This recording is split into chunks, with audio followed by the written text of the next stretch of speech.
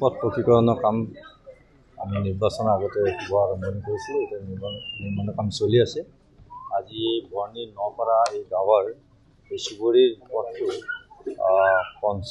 বৰ্ণি গাঁও পঞ্চায়তৰ অন্তৰ্গত পঞ্চায়তৰ 15 ফাৰ্নিচাৰ অধীনত প্ৰায় 7 লাখ টকা ব্যয় সাপেক্ষে এই পথটো পকীকৰণ হ'ব আৰু ৰাইজৰ যিটো যাতায়াতৰ এটা অসুবিধা হৈছিল সেইখিনি সমস্যা সমাধান হ'ব। সেইটো সকলো সহযোগ কৰক। আমাৰ চৰকাৰে যথেষ্ট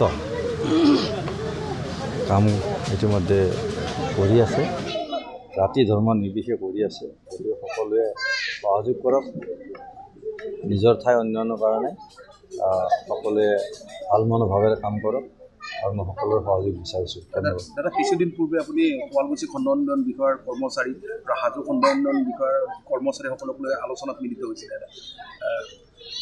হয়, আমি বিভাগীয়ভাৱে যিখিনি কথা পাতিব লাগে সেইখিনি কথা সুন্দৰভাৱে পতা হৈছে আৰু প্ৰত্যেকজন বিষয়া অভিযন্তা আমাৰ বিডিঅ' সহিতে পঞ্চায়ত প্ৰতিনিধিৰ লগতো পাতিছোঁ, যাতে সকলোৱে ৰাইজৰ উন্নয়নৰ কাৰণে যিখিনি পইচা ধন আহে সেইখিনি যাতে সৎভাৱে খৰচ হয় আৰু সকলোৱে যাতে এটা সেৱাৰ মনোভাৱেৰে কাম কৰে, সেইটোৰ কাৰণে সকলোৰে লগত আলোচনা কৰি ৰাইজৰ প্ৰকৃতকে উপকৃত হ'ব পৰাকৈ কাম কৰাৰ কাৰণে আমি সিদ্ধান্ত লৈছোঁ। দাদা, পিতকাতি বিলক লৈ কিবা সিদ্ধান্ত লোৱা হৈছে? পিতকাতি বিলৰ হাজোৰ এটা ঐতিহ্য হয় আৰু হাজোৰ মঠ মন্দিৰ যথেষ্ট আছে, হয়গ্ৰীৱ মাধৱ মন্দিৰ পঞ্চতীৰ্থ আছে, পৰামৰ্শ আছে।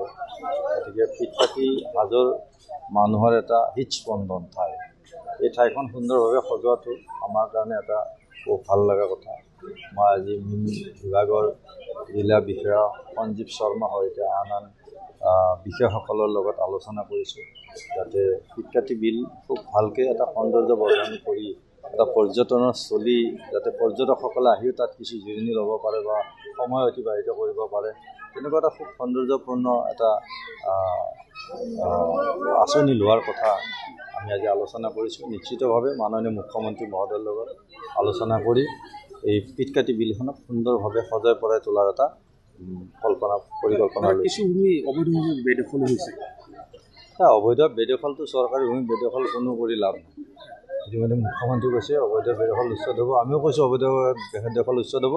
কোনোবাই যদি অবৈধভাৱে বেদখল কৰিছে সি উচ্ছেদ হ'ব, তাত কোনো সন্দেহ নাই।